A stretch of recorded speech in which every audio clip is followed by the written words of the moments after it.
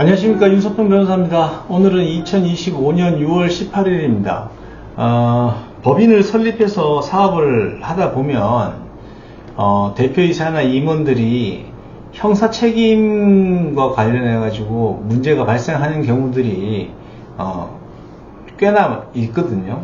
뭐 중대재해처벌법이라든지 소방법, 환경관리법, 폐기물 처리법, 부정경쟁방지법, 여러 가지 업종별로 특이한 그 법률이 적용되는 그런 법인 운영의 경우에 대표이사나 임원들이 형사 책임이 연루가 될 수가 있습니다.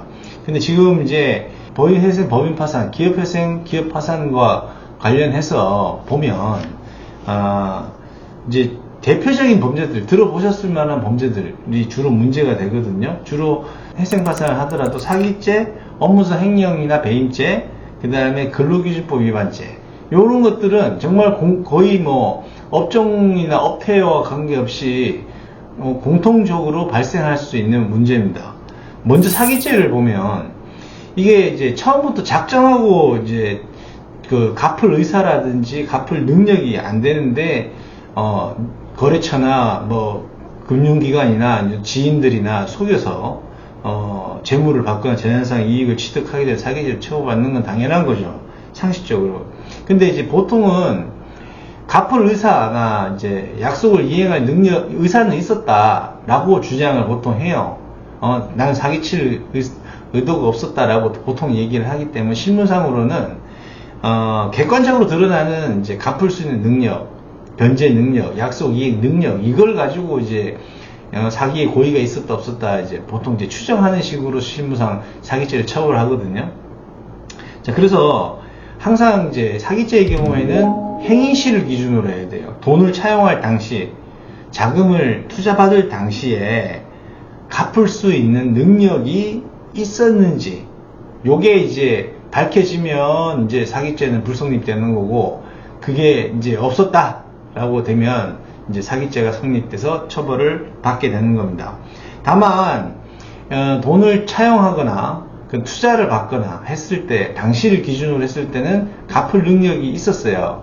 근데 후발적인 사정에 의해 가지고 예를 들어서 이제 거래처에서 받을 돈이 있어서 이제 투자받은 거나 이제 빌린 돈을 갚을 수 있었는데 돈을 줘야 될 거래처가 망한 거야, 부도가 났다거나 해서 이제 자금 사정이 안 좋아져서 못 갚게 됐다. 이거 후발적인 사정이잖아요. 이런 것들이 이제 개입했을 경우에는 이제 사기죄가 성립되기는 어렵고, 민사상 이제 채무 불이행, 이제 대여금 이제 채무, 투자금 채무, 이런 차용금 채무, 이런 것들을 갚아야 되는 민사상 책임만이 남게 됩니다. 그리고 또 이제 투자를 받거나 돈을 빌릴 당시에 설명을 하죠. 대표이사나 임원 등이 설명을 하죠. 이 돈을 이제 투자받거나 대여받으면 어떤 용도에 쓰겠다라고 설명을 해요. 근데 그 용도대로 안 썼어. 안 쓰고 다른 데 써버렸어요. 그러면 투자자나 채권자가 진정한 용도를 알았다면 돈을 빌려주지 않거나 투자하지 않았을 인과관계가 밝혀진다. 그렇게 되면 이제 용도사기라는 게 있거든요. 진정한 용도를 알았다면 투자하지도 않았을 거고 돈을 빌려주지도 않았을 것이다 라는 요 관계가 인정이 되면 사기죄로 처벌받을 수밖에 없습니다. 그리고 이제 설명한 용도나 목적대로 이제 돈을 투자받거나 빌려서 일부는 쓰고 또 일부는 다른 데 썼다. 그러면은 피해 금액이 달라지는 거죠. 사기죄는 성립할 수 있는데 피해 금액만 달라진다. 근데 이걸 정산해서 원상회복 시켰다라고 하면 이제 사기죄는 성립은 되지만 정상참작이 되겠죠. 돈을 딴 목적으로, 딴 용도로 썼다가 갚아가지고 이제 정상화 시켜 놓은 건데, 그런 경우는 사기죄가 성립한 이후에 정상 문제는 형량을 감경시키는 정상참작 사유에 해당할 뿐입니다. 사기죄 성립에는 지장이 없어요. 자, 그래서 이 법인파산, 기업파산, 법인회생, 기업회생, 제가 주로 이제 하니까 요런 이제 사기 문제들이 발생하거든요. 그러면 이제 회생 파산하면서 보통 3개년 내지 5개년 금융자료, 회계자료를 정리를 한단 말이에요. 그러면서 돈을 목적대로 썼다, 업무와 관련돼서 썼다, 목적 사업과 관련해서 썼다라는 자료를 개별적으로 형사 절차에 제출해서 항변을 해야 됩니다. 입장을 밝혀야 돼요. 나는 무죄다, 무혐의다라는. 그러니까 회생이나 파산은 민사적인 채권 채무 관계만을 조정해 줄 뿐이지 개별적인 형사소송 절차, 고소, 고발 사건 이런 것들은 개별 대응을 해야 됩니다. 그래서 저 같은 경우는 기업회생 파산이나 신청 전에 금융자료나 회계자료를 보고 대표이사님들이랑 관계자들하고 사전에 이제 협의를 해서 사기죄 고소가 높아 보이는 그런 사건들은 가급적이면 회생 파산하지 말고 이제 채권자들이나 투자자가 사기로 고소가 들어왔을 때 개별 대응하는 것이 낫다라고 해서 기업회생, 법인회생, 기업파산, 법인파산 신청을 좀 이제 만류하는 편입니다. 진행을 하는 게 크게 의미가 없을 것 같은 그런 이제 사기죄 고소 가능성이 매우 높은 경우에는 저는 이제 사건 처리를 그렇게 하고 있고, 이제 업무상 횡령 배임인데 법인의 대표이사나 임원이나 그 다음에 법인의 자산 중에 이제 자산을 관리하는 자산 많죠. 예금, 현금, 외상외출금, 뭐 자동차, 설비 여러 가지 자산들이 있는데 이거를 이제 보관하고 있는 지위에 있는 거죠. 대표이사나 임원들이 그런 물건들을 이제 개인적인 용도로 처분해서 딴 데 쓰거나 하게 되면은 업무상 횡령죄가 되는 거고, 재물에 물건을 꿀꺽하면 업무상 횡령죄가 되는 거고, 이제 주주나 채권자들을 위해서 경영상이 열심히 이제 운영을 해가지고 투자자들한테 이제 수익도 주고 주주들한테 배당도 해줘야 될 그런 책임이 있는 대표이사나 임원들이 이제 재물이 아닌 어떤 법률 행위로 재산상의 이익을 취하고 그게 주주나 투자자나 채권자들에게 재산상 손해가 간다.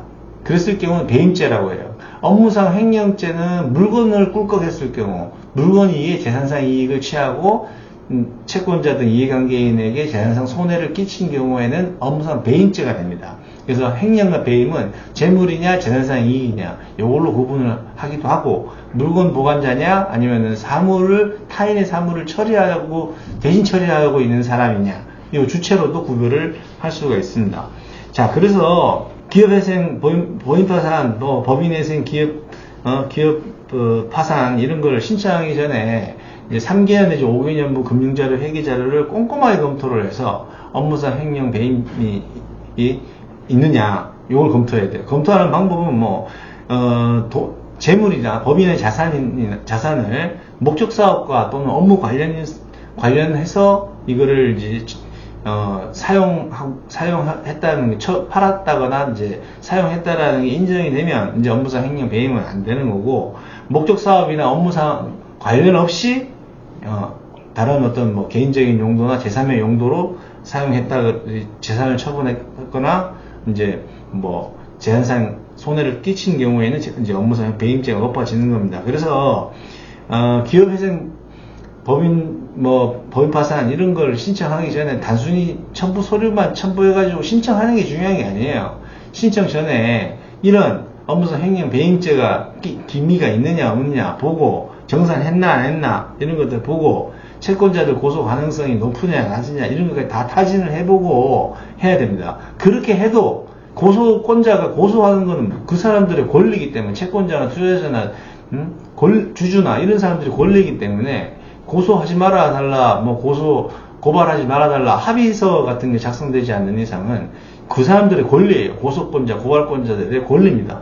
그렇기 때문에 이거는 이제 회생 파산 절차로 통합해서 처리되지는 않고, 아까 설명드렸듯이 건건이 고발 사건 건건이 개별적으로 대응을 해야 되는데, 이제 우리가 한번 3년 내지 5개년 금융자료, 회계자료를 정리를 해봤잖아요. 회생 파산 신청하려고. 그 자료를 잘 정리해서 형사 절차에 항변 자료로 제출해가지고 무혐의다, 나는 무죄다라고 주장을 할 수 있는 자료로 쓸 수가 있습니다.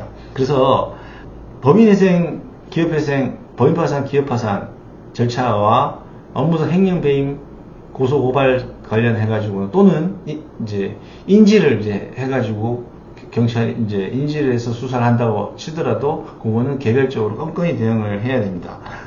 그리고 이제 근로기준법 위반인데 이제 회사가 어려워지면 임금 퇴직금 같은 게 밀리거나 이제 못 주게 되죠.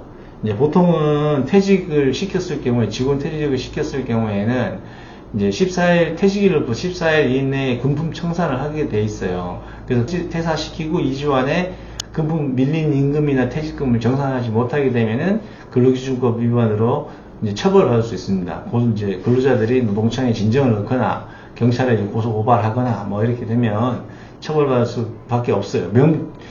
체불된 게 명백하기 때문에 거의 다 유죄예요. 자, 그런데 이제 회생파산을 신청하게 되면 도산대지급금, 과거에 체당금이라고 불렸던 도산대지급금을 근로복지공단에 신청해서 최종 3개월분 임금, 최종 3년분 퇴직금에 대해서는 근로복지공단에서 도산대지급금을 지급을 해요. 그래서 그런 걸로 이제 근로자하고 대표이사하고 이제 합의하는데 협상하는데 이제 활용을 보통 하도록 하고 있고, 도산대지급금은 신청한다고 해서 바로 주는 게 아니라 신청하고 나서 이제 회생 개시 결정이 있거나 이제 파산 선고 결정이 있고 난 이후에 주는 거거든요. 임원은 해당 안 됩니다. 임원은 안 줘요. 순수 근로자성을 띠는 직원들에게만 줍니다. 또는 이제 근로자들하고 이제 개별적으로 협상해가지고 고소 고발을 하지 않기로 하는 거, 합의서나 이제 뭐 처벌 불원서 이런 것들을 작성해 놓으면 이제 고소를 하지 못할 뿐만 아니라 부재소, 이제 소를 제기하거나 고소를 제기하거나 이런 걸 하지 않기로 근로자들하고 협상을 마치면 할 수가 없어요. 그러면 이제 만약에 그런 어떤 고소 제기하지 않기로 합의한 근로자가 고소를 제기하면 각하가 되고 사건이, 또는 처벌 불원서 같은 걸 내면은 처벌 안 받고 끝나거든요.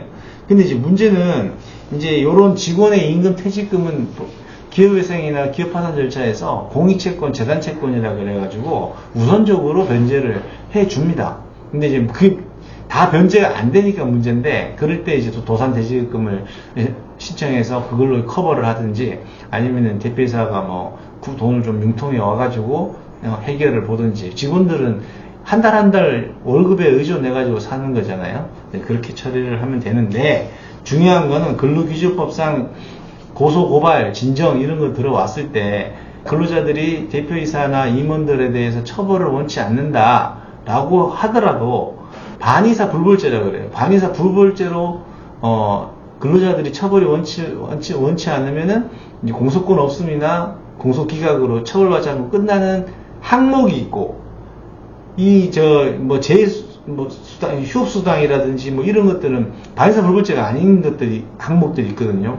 근로자들한테 못 준 임금, 퇴직금, 뭐 휴업수당, 재보상금, 뭐 가지가지 항목들이 있는데 반의사 불벌죄가 아닌 게 있어. 그거는 처벌돼요. 그렇기 때문에 가급적이면은 그 처벌이 되는 그 돈들은 어떻게든 해결을 보는 것이 좋습니다. 안 그러면은 벌금형을 받든, 보통 이제 집행유예를 받든, 체불된 근로자 숫자 크고 액수도 크고 그러면 실형도 떨어집니다. 근로기준법 위반으로. 그래서 이제 주의를 묘하는 겁니다. 자, 지금 법인을 설립해가지고 운영할 때 대표이사나 임원들이 처벌을 받게 된 관련 법들이 되게 많아요. 업종별, 업태별로 관련 법들이 되게 많은데, 제가 주로 이제 기업회생, 기업파산 이런 걸 하지 않습니까? 그래서, 법인 운영과 관련해서 주로 공통적으로 발생할 수 있는 사기죄, 업무상 횡령죄, 업무상 배임죄, 그 다음에 근로기준법 위반, 요 4가지 죄를 가지고 설명을 드렸고, 어떻게 대응을 해야 될지에 대해서 설명을 드렸습니다.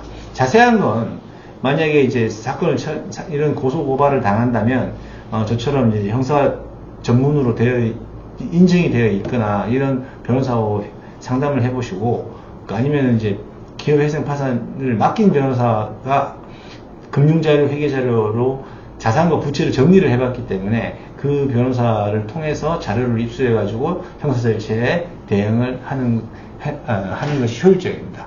자, 그래서 어쨌든 뭐든지 신청 전에 사전에 꼼꼼하게 따져보는 변호사를 선임해서 그것도 전문 변호사를 선임해가지고 잘 따져보시고 개별 대응해서 가급적 처벌을 모면하고 관계자들한테도 이제 어느 정도 합의금을 준다든지 해서 좀 피해 회복을 좀 시켜줄 수 있고, 이렇게 되는 좋은 결론으로 나는 것이 바람직하고, 그렇지 않으면은 형사처벌금을 부담할 수밖에 없습니다.